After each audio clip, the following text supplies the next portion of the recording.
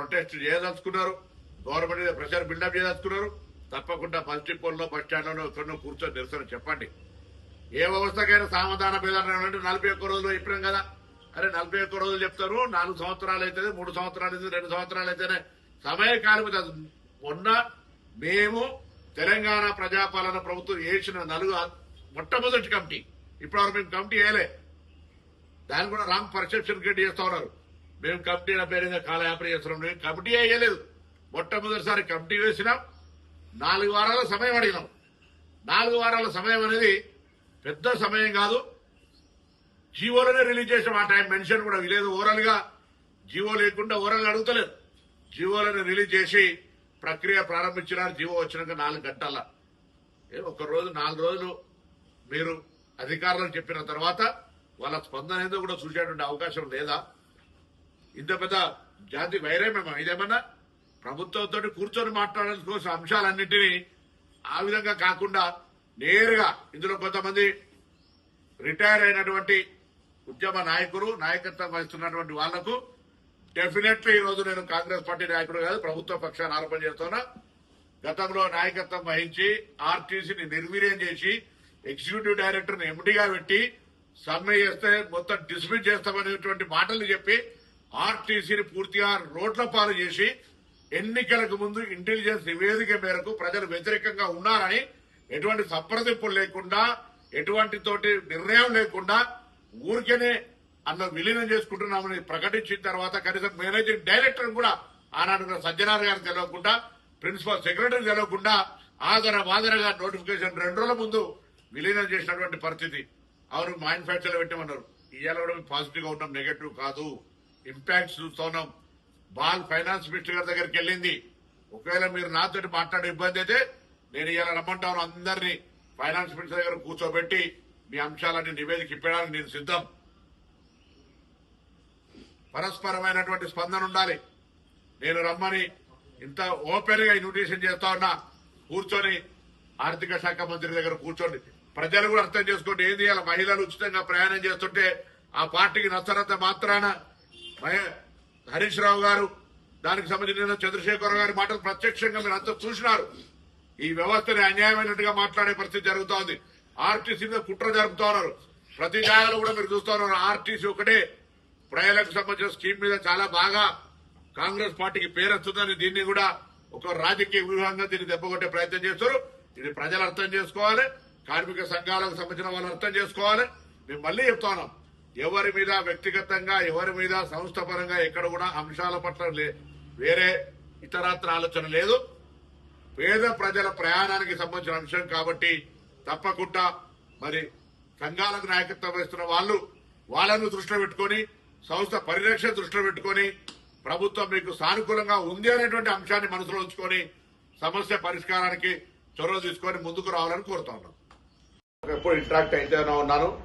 అసలు అధికారులు ఊహించలే వీళ్ళు సమ్మెకు పోతారని. బయటికి వెళ్లి ఫోన్లు మాట్లాడుకున్న తర్వాత సమ్మెకు వేరు, మీరు కాదంటే ఆ అధికార బృందం నలుగురితో మీరు అడగచ్చు.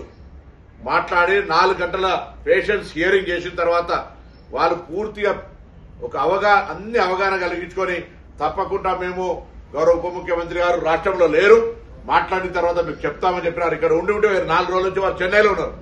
మాట్లాడతామని చెప్పిన తర్వాత కూడా బయటికి వెళ్లి మళ్లీ వచ్చి ఏం మాట చెప్పకుండానే మేము మాట్లాడుకున్నామని చెప్పి వెళ్లిపోయి వాళ్ళు సమ్మెకు సంబంధించిన 9 గంటల 5 నిమిషాలకు వాళ్ళు ప్రెస్ కు లీక్ చేయడం జరిగింది. కాబట్టి నేనేమంటామన్నా, వాళ్ళకు సంబంధించి గుర్తింపు సంఘాలకు సంబంధించో లేదా కార్మిక సంఘాల మధ్యలో ఇంటర్నల్ ఆతృత ఉండొచ్చు. మేము మా సంఘానికి సంబంధించిన పేరు రావాలనే పేరు మీద ఆర్టీసీ సమ్మె ప్రయోగం పేరు మీద జరగవద్దు, దయచేసి కోరుతా ఉన్నా. మరొక్కసారి ఏదైతే పనిభారం అంటా ఉన్నారో, ఏదైతే ఆర్టీసీ కార్మికులకు సంబంధించినటువంటి కొంత వేధింపు కింద అధికార యంత్రాంగం ద్వారా జరుగుతుందంటున్నారో అటువంటి అన్నింటినీ అవసరమైతే డిపో వారీగా సమీక్ష చేసి అక్కడ స్థానిక శాసనసభ్యుడిని, జిల్లా కలెక్టర్ను, ఎస్పీని కూర్చోబెట్టి అటువంటి పని ఒత్తిడి ఉంటే దాన్ని పరిష్కారం చేయడానికి మేము సిద్ధమో. మళ్లీ చెప్తా ఉన్నాం, ఉద్యోగులను ఏదో వేధించాలనే ఆలోచన మాకు లేనే లేదు. వాళ్ళ సంక్షేమం కొరకు ముందు నుంచి కూడా నేను మంత్రి అయినప్పుడు చెప్తున్నా, మేము కూడా కింది స్థాయి నుంచి వచ్చినాం. కార్మికులకు సంబంధించిన ఆర్టీసీ సంస్థ యొక్క పని విధానాలు, అందులో పనిచేసేటువంటి కుటుంబాలు అనేకమైనటువంటి నాకు సన్నిహితంగా ఉన్నటువంటి నా నియోజకవర్గం కావచ్చు, రాష్ట్రం కావచ్చు, 20-30 సంవత్సరాల ప్రజా జీవితం లోపల వాళ్ళతో అనేక సందర్భాలు ఇంటరాక్ట్ అయినాం కాబట్టి ఎటువంటి 1% కూడా కక్ష సాధింపు గాని వేధింపు ఆలోచన లేనటువంటి ప్రభుత్వంగా నేను తప్పకుండా ఈ ప్రభుత్వాన్ని అప్రిషియేట్ చేస్తా. నా ముఖ్యమంత్రి గారు కానీ ఉప ముఖ్యమంత్రి గారు కానీ లేదు. ఇందులో స్పష్టంగా మాకు కనిపించేది ఒకటే, మొన్న జగిత్యాల్లో గౌరవ మాజీ ముఖ్యమంత్రి గారు మాట్లాడినటువంటి ఆలోచన మేరకు ఆ పార్టీ నాయకత్వం హరీష్ రావు గారు మాజీ అధ్యక్షుడిగా ఇటువంటి ఒక వ్యవహారాన్ని కుట్ర ద్వారా ఆర్టీసీ వైఫల్యాన్ని చేపట్టే ప్రయత్నం జరుగుతుంది అనేటువంటి మాట ఇలా వాళ్ళ నాయకత్వానికి అనుబంధంగా ఉన్న వ్యక్తుల మాట ఒకటే కనిపిస్తుంది. ఇది దురదృష్టకరం. నేను మరొక్కసారి కార్మికులందరికీ, ఒకవేళ సంఘ నాయకులు ప్రభుత్వం నిరసన చెప్తే చెప్పండి, కానీ అందులో పనిచేస్తున్న ఉద్యోగస్తులు, అక్కా చెల్లెళ్ళు, అన్నదమ్ములు అందరూ కూడా మీరు బాధ్యతగా పేద ప్రజలకు లైఫ్ లైన్ అయినటువంటి గ్రామీణ ప్రాంతాల నుంచి వైద్యం కొరకు, విద్య కొరకు, ఉపాధి కొరకు 65 లక్షల మంది బస్సును వాడుతా ఉన్నారు. వాళ్ళ అంశంలో మానవతా హృదయంతో వ్యవహరించాలి. నేను ప్రభుత్వంగా మరొకసారి చెప్తున్నా, మీ అంశాలన్నీ 32లో మీరు పని భారము ఇతరత్ర అన్ని అంశాలకు సంబంధించి 29 అంశాలను అక్రాస్ టేబుల్ గా వెంటనే నిర్ణయం చేయడానికి సిద్ధం. తప్పుడు ప్రచారం వద్దు. ఆ 3 అంశాలకు సంబంధించి సాంకేతికమైన అంశాలను 4 అధికారుల కమిటీ అది కూడా పరిష్కారం 4 వారాల లోపల చూపెడుతుంది అనే మాటని సందర్భంగా మనం చెప్తాం. చెప్తున్నా కదా, మేము నియంతృత్వంగా సమ్మెను విఫలం చేయాలని చూస్తలేము కాబట్టి సమ్మె ప్రభావం ఉంటది కొంత. కానీ ప్రజలు వాళ్ళ ప్రయాణం పట్ల ఇబ్బంది కలుగుతుంది కాబట్టి ఆ ప్రజల యొక్క ఇబ్బందులను తొలగించడానికి ప్రభుత్వం తన పని చేసుకొని పోవాల్సి వస్తుంది. అందుకు ప్రజలకు కూడా వాళ్ళకి ఇబ్బంది కలగకుండా చూసే బాధ్యత ప్రభుత్వాన్ని ఎంత ఉందో ఆర్టీసీ ఉద్యోగులు కూడా అంతే ఉంది అనే మాటను నేను చెప్పే ప్రయత్నం చేస్తాం. కాదు, వాళ్ళ హస్తం ఉంది, గత ప్రభుత్వ హస్తం ఉందండి. అక్కడ వాళ్ళే యూనియన్ అప్పుడు కండిషన్స్ అప్పుడు అడగాలి కదా, రద్దు చేసినప్పుడు సపోర్ట్ చేయలే కదా. మరి ఇప్పుడు రద్దు చేసినప్పుడు సపోర్ట్ కాబట్టి పరిచయం ఇప్పుడు నడిచే ఎత్తునే వస్తారంటే ఎప్పుడు కూడా పనిచేస్తున్నాము, ఇన్ని అంశాలను పరిష్కారం చేసినాము, ఇంకా అంశాలను పరిష్కారం చేస్తాను మీ అందరి ముందట ఆన్ రికార్డులో చెప్తా ఉన్నాము. 30 గంటలు 29 అంశాలను అక్రాస్ టేబుల్ పరిష్కారం చేస్తామని చెప్తా ఉన్నాము. కాబట్టి ఇప్పుడు కొన్ని జాగాల్లో మీరు ఎవరైనా పోయి అడగండి ఆర్టీసీ కుటుంబ సభ్యులను, 16 గంటలు పనిచేయడం వల్ల ఒక రోజు ఆఫ్ దొరుకుతుంది వాళ్ళకు, లేదా ఓవర్ డ్యూటీ ఇస్తారు. ఇటువంటి కొన్ని సాంకేతికమైన ఆనాదిగా వచ్చేటువంటి అంశాలని మార్పు చేస్తాం. మీరు కావాలనుకుంటే మాకేం అభ్యంతరం. మేము ఒకే పని దోపిడీ చేయాలని ఆలోచన లేదు. పని భారం పడుతుంది, కొత్త ఉద్యోగాలు నియామకాలు చేస్తా ఉన్నాం. అంటే ఈవీ బస్సుల గురించి మాట్లాడుతున్నారు సదరు పెద్దలంతా. 2018లో స్టార్ట్ అయిన ఈవీ బస్సులు గవర్నమెంట్ ఆఫ్ ఇండియా స్కీము. మేము దాన్ని కూడా మాకు కూడా ఇష్టం లేదు. కానీ కేంద్ర ప్రభుత్వానికి ముఖ్యమంత్రి గారు కూడా లేఖ రాసి ఆ ఈవీ బస్సులు మేము మా సంస్థ నుంచే కొనుక్కుంటాం, ఆ ఇచ్చే బెనిఫిట్స్ ఏదో మాకే ఆర్టీసీకి ఇవ్వండి అంటే కూడా గవర్నమెంట్ ఆఫ్ ఇండియా మొత్తం దేశం మొత్తం 14,000 బస్సులు ఇస్తా ఉంది అనేక రాష్ట్రాలకు. అందులో 2,000 బస్సులు మనకు వస్తున్నాయి. దానికి మేము తీసుకున్న పొరపాటు ఏంది? మేము తీసుకున్నటువంటి యొక్క తప్పు నిర్ణయం ఏమన్నది? ఆ బస్సులు ఈవీ ఛార్జెస్ స్టేషన్ పెట్టాలి, ఛార్జింగ్ ఇన్ఫ్రాస్ట్రక్చర్ అంతా వాళ్ళే చేస్తారు, కానీ లైన్ నేను తీసుకొచ్చి ఇవ్వాలన్నా. దానికి సంబంధించి కూడా మేము ఏదో మొత్తం నేను మళ్ళీ చెప్తా ఉన్నా, ఈవీ బస్సుల కారణంగా ఒక్క ఆర్టీసీ ఉద్యోగిని తొలగించము, ఒక్క ఆర్టీసీ ఉద్యోగులను తొలగించామని నిర్ణయం చెప్పిన గవర్నమెంట్ తరఫున. ఇంటర్నల్ ఒక ట్రాన్స్ఫార్మింగ్ అయినప్పుడు కొంత అడ్జస్ట్మెంట్ జరుగుతాయి కావచ్చు అంతే తప్ప మేము ఈవీ బస్సులు కొంటున్నాయని మేమేం ఈవీ బస్సులకు సంబంధించినటువంటి కొత్తగా మీ మీద పాలసీ తీసుకొచ్చినట్టు మాట్లాడుతున్నారు. సదరు ఆనాటి పార్టీకి సంబంధించినటువంటి అనుబంధం ఉన్న నాయకులే మాట్లాడాలి. అంగీలు విషయం ఎట్లయితే సాధ్యమైతే ఇది ఇలా కొత్త ఈవీ బస్సులు ఎప్పటి నుంచి నడుస్తున్నాయి? 2018 నుంచి నడుస్తూ ఉన్నాయి. ఇప్పుడు మేము హైదరాబాద్ ను కాపాడడానికి, అది కూడా హైదరాబాద్ సంబంధించి కొత్త ఇంటర్ డిస్ట్రిక్ట్స్ ఉన్నాయి, కరీంనగర్, నిజామాబాద్, వరంగల్, సూర్యాపేట, నల్గొండ, ఇటువంటి దగ్గర నుంచి ఈవీ బస్సులు ఇంటర్ డిస్ట్రిక్ట్ అక్కడ ఎక్కినట్టు ఇక్కడ దిగుతాయి, ఇక్కడ ఎక్కినట్టు అక్కడ దిగుతుంది. అటువంటి ఇష్యూస్ ఇప్పుడు కొత్త EV bus Hyderabad pollution control చేయాలి, రేపు ఢిల్లీ లెక్క జరగద్దని గవర్నమెంట్ ఆఫ్ ఇండియా స్కీమ్. మీకు కొత్త కూడా క్రియేట్ చేసింది కాదు.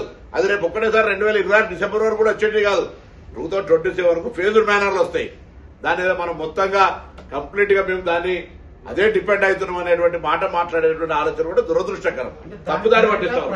చంద్రశేఖరరావు గారు మాట్లాడిండ్రు, హరీష్ రావు గారు దీని వెనుక ప్రాబల్యము టీఆర్ఎస్ పార్టీ వ్యవహారం చేస్తుంది. లేకపోతే ఇలా ఎందుకు జరుగుతోంది కార్యక్రమం? ఆర్టీసీ పరంగా మేము ఏం బెనిఫిట్స్ ఇవ్వలేదు. మీకు లిస్ట్ ఇస్తాను. ఇలా 2000 సంబంధించిన 13 పెండింగ్ బాండ్స్ ఇచ్చినాము. 2017 మేము వచ్చిన తర్వాత 2017లో పెండింగ్ ఉన్నటువంటి పీఆర్సీ క్లియర్ చేసినాము. 25 పీఆర్సీ ఇవ్వాలి, 21 పీఆర్సీ ఇవ్వాలి. దానికి సంబంధించి కూడా ఆర్థిక పరమైన భారం పడుతుంది. ఇప్పుడిప్పుడే కోలుకొని మూలిగే నక్క మీద తాడి పండు వడద్దనేటువంటి ఆలోచనతో జరుగుతారు. ఎక్కడా పోదు ఒక్క రూపాయి కూడా వాళ్ళకి అందరికి లాభం జరుగుతుంది. మరి దాని తర్వాత ఈ పిఎఫ్ సిసిఎస్ కు రోజు నెలకు ఒక 10 కోట్ల రూపాయల పెండింగ్ అన్ని పేమెంట్ చేస్తా ఉన్నాం. ఇన్ని కార్యక్రమాలు జరగడం కూడా వాళ్ళు అట్లా మాట్లాడితే ఇది దురదృష్టకరం. దీని వెనుక తప్పకుండా రాజకీయ కుట్ర ఉంది. 32 డిమాండ్స్ లలో ఆర్థిక పరంగా లింక్ లేని అంశాలు ఆర్థిక పరంగా ఉన్నాయి కూడా 29 అంశాలను మేము ముందు ఇలా మళ్ళీ చెప్తా ఉన్నా. ఆర్థిక పరంగా ఉంటే కూడా ప్రభుత్వం ఆర్థిక పరంగా బరువు మోయడానికి సిద్ధంగా ఉంది. 29 అంశాలను పరిష్కారం చేస్తాము. పీఆర్సీ అనేటువంటిది దానికి సంబంధించి అది కూడా పరిష్కరించాల్సిందే. కమిటీలకు ఏదైతే ఎన్నికలకు సంబంధించో కూడా పరిష్కరించాల్సిందే. విలీనంకు సంబంధించి కూడా ప్రభుత్వం స్పష్టత ఇవ్వాల్సిందే. నేను వాటిని అవి కొంత జటిలము, కొంత దానికి సంబంధించిన చర్చలు మంచి చెడు గుడ్ బ్యాడ్ ఏ విధంగా అనేటువంటి అంశానికి సంబంధించి గత కమిటీ పనిచేయలే. గత కమిటీ పనిచేస్తుంది అనుకున్నాం. గత కమిటీ పనిచేయని సందర్భంలో మేముగా కొత్తగా 4 సంబంధం ఉన్నటువంటి అధికారుల ద్వారా మరి కమిటీ కార్యవర్గాన్ని వేసినాం. ఆ కమిటీ నివేదిక ఇచ్చి మీకు సమస్యను చెప్పడానికి సిద్ధంగా ఉన్నప్పుడు కూడా మీరు సమ్మెలోకి వెళ్తే పొరపాటు. మీరు 41 రోజులు ఆగినాం కదా. అరే 41 రోజులకు 4 వారాలకు మునిగిందేంది? 4 వారాలు మీతో అధికారులు సంప్రదింపులు స్టార్ట్ అయినాయి కదా. 41 రోజుల లోపలే సంప్రదింపులు జరుగుతున్నప్పుడు ప్రక్రియ కొనసాగదా? దానికి జవాబు చెప్పి వాళ్ళ ద్వారా ఒత్తిడి చేయడానికి ప్రభుత్వం మీదకు మీకు అవకాశం ఉంది కదా. 4 కూడా మంచి సానుకూల పాజిటివ్ ఆఫీసర్స్, వికాస్ రాజు గారు, దాన కిషోర్ గారు, సందీప్ సుల్తానియా గారు, నాగిరెడ్డి గారు. ఒకవేళ ఆర్టీసీ ఎండీగా వారి ఆలోచన వేరున్నా ఈ 3 అధికారులు కూడా వివిధ, ఒక ఆర్థిక మంత్రి, ఆర్థిక శాఖ అధికారి, ఒక కార్మిక శాఖ అధికారి, ఒక రవాణా శాఖ ఉన్నతాధికారి, 3 మీ సంక్షేమం గురించి ఆలోచించేటువంటి వాళ్ళే. మేము లేకపోతే సంబంధం లేని ఎవరినో నియంత్రణలాగా తీసుకొచ్చి పెట్టి మిమ్మల్ని అణచివేయాలని ఆలోచనతో లేమే. డీజీపీని పెట్టలేదు ఇలా మేము, లేదా ఇంకొక కొంతమంది ఆటుకోరు ఉండేటువంటి ఆఫీసర్స్ దీన్ని మేనేజ్ చేయగలిగే వాళ్ళని అట్లా పెడతలేదు. మేము పరిష్కారం చేయాలని ఆలోచనతో ఉన్నాం. మళ్ళీ చెప్తానా, యావత్ తెలంగాణ ప్రజలకు కూడా నేను చెప్పదలుచుకున్నాను. 32 అంశాల్లో సాంకేతికమైనటువంటి ఆర్థిక పరంగా హెచ్చుగా బరువు పడేటువంటి పీఆర్సీ యూనియన్స్ యూనియన్స్ కు సంబంధించి, లేదా ఈరోజు విలీనం 1వ తారీఖు జీతాలు ఇస్తా ఉన్నాం, పెండింగ్ అని చేసుకొని పోతా ఉన్నాం. ఆయన ఆధారపాధాలుగా చేసిన దాన్ని ఎన్నికల ముందర 50,000 కుటుంబాలు వ్యతిరేకంగా ఉన్నాయి కాబట్టి అని ఇంటెలిజెన్స్ నివేదికకు నోటిఫికేషన్ వచ్చినాక 9 తారీఖు నాడు 9 నెలల ఇవన్నీ చేసినప్పుడు కొంత వ్యవస్థ ఉన్నది. అవి కూడా మేము ఎప్పుడు కూడా చెప్పలే. సాంకేతికంగా ఉన్నాయి కాబట్టి సమయం కావాలని కమిటీలు వేసినాము. గతంలో మా కమిటీలో దయచేసి ఆ మాట కూడా మళ్ళీ ఎప్పుడు కూడా దయచేసి కార్మిక సంఘాలు మాట్లాడద్దు. కాలయాపన పేరు మీద కమిటీలు వేస్తున్నాం. మేము కమిటీ మొదటి కమిటీ, మీరంతా ట్రాన్స్పోర్ట్ చూసేటువంటి వ్యవహారంలో ఉన్నటువంటి వాళ్ళు, మేము ఎన్నడేం కమిటీ లేలే, ఫస్ట్ టైం కమిటీ. కాబట్టి దయచేసి 32 సమస్యల 29 అక్రాస్ ది టేబుల్ పరిష్కారం చేయడానికి మేము ఎవరు చొరవ తీసుకున్నా మేము రెడీ. సమ్మె ప్రభావం ఉందా? Alternative bus